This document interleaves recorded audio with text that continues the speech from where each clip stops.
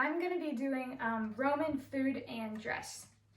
So dress was very important to the ancient Roman women, and their main goal was to look as attractive as possible, but also to have functional clothing. And although the ancient Romans weren't huge foodies to begin with, as the empire expanded, so did their culinary habits, and the baking and bread production exploded in the empire. So dress for lower class women would have been just a simple tunic, very similar to men, but it was tighter to accentuate their figure. And young girls would also wear a tunic with a belt around their waist until they got married. So for the upper class, a tunic was an undergarment, and they would wear a stalla or a palla or both on top. So stallas were a long dress-like garment that was sleeveless and held together with a clasp and fastened with a girdle. So right here is my tunic, which I guess I'd be upper class. So underneath I have my stalla, and then right here it is fastened with a belt underneath. And stallas were a sign of honor, and so a divorced woman or a woman who committed adultery were not permitted to wear one. And once a girl was married was when she was finally allowed to wear a stalla, because she was a woman. Pallas were a long shawl that any Roman woman would wear, even if lower class or upper class. They would wear it outside, and it wrapped around their body and shoulders, and it would protect them from bad weather. The tunic or the stalla was normally made from white fabric that was either linen, cotton, felt, or normally wool, because that was the most popular. It was very important for the Roman women to keep all their clothes as clean and fresh as possible. Hairstyles were also very important to young women, and young women would normally just wear a bun, but richer people would wear fancy braids with curls and crazy hairstyles. And in the ancient Rome, short hair did not exist, and all Roman women had very, very long hair. Jewelry was very important, and they wore rings, pendants, necklaces, bracelets, brooches, all of the above, and most of it had symbolic meaning.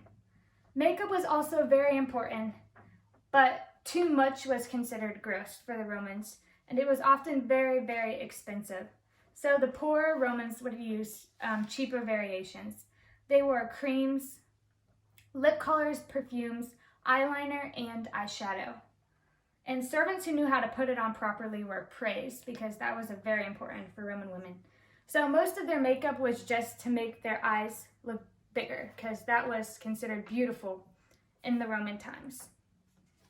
And then Roman food, they ate a lot of fruits like apples, figs, grapes, pears, plums, dates, berries, peaches. It could be dried or fresh. And then they also used carob, which is actually basically cocoa, and they used that to add chocolate flavoring to certain dishes. Vegetables were very popular, and especially for the poor, because that was very cheap, affordable food. The poor often used very nutrient-dense foods with lots of protein like beans, lentils, and peas. The rich would use asparagus, artichokes, beets, cabbage, turnips, carrots, chards, onions, leeks, cucumbers. These were for appetizers or like side dishes. Bread was a staple in Rome, just like any other ancient civilization. And it actually started off like more of a porridge, but then they began to bake it. And it turned out that there was actually bakers in Rome, and baking sort of exploded. They came up with 300 different varieties of bread.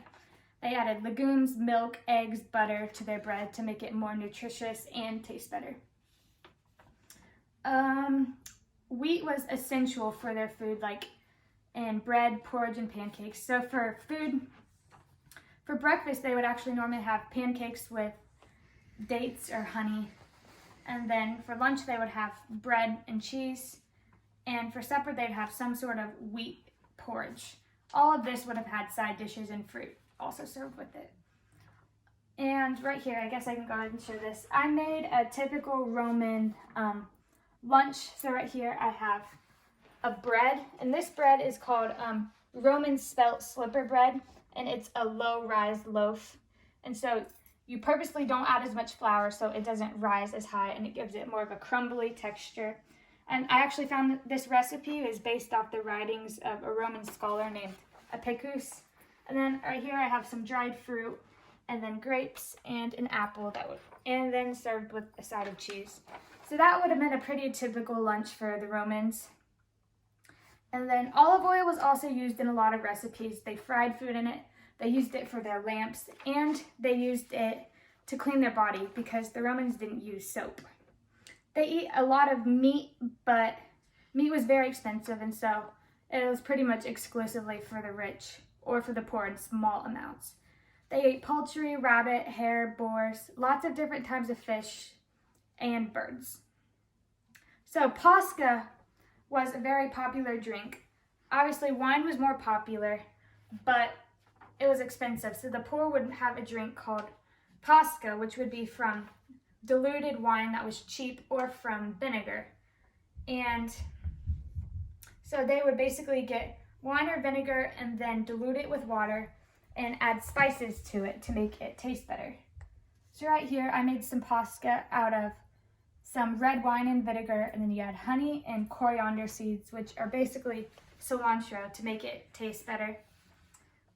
And interestingly enough, the Romans actually despised beer, so their main drinks would have been wine and Pascha. Pascha was very famous in the Roman army. They made it with vinegar and added it to contaminated water to clean it from germs. And they carried huge barrels of Pascha during their military campaigns. And high-ranking generals would even drink Pascha with their troop to show dedication to their Roman legion. And Romans always ate while lounging on a couch. That was just something that Roman nobles did. So, in conclusion, Roman women were focused on their femininity, which shows in their fitted clothes, jewelry, hairstyles, and makeup. And although the Romans weren't focused on food in the beginning of the empire, as it expanded, so did their taste buds and their recipes.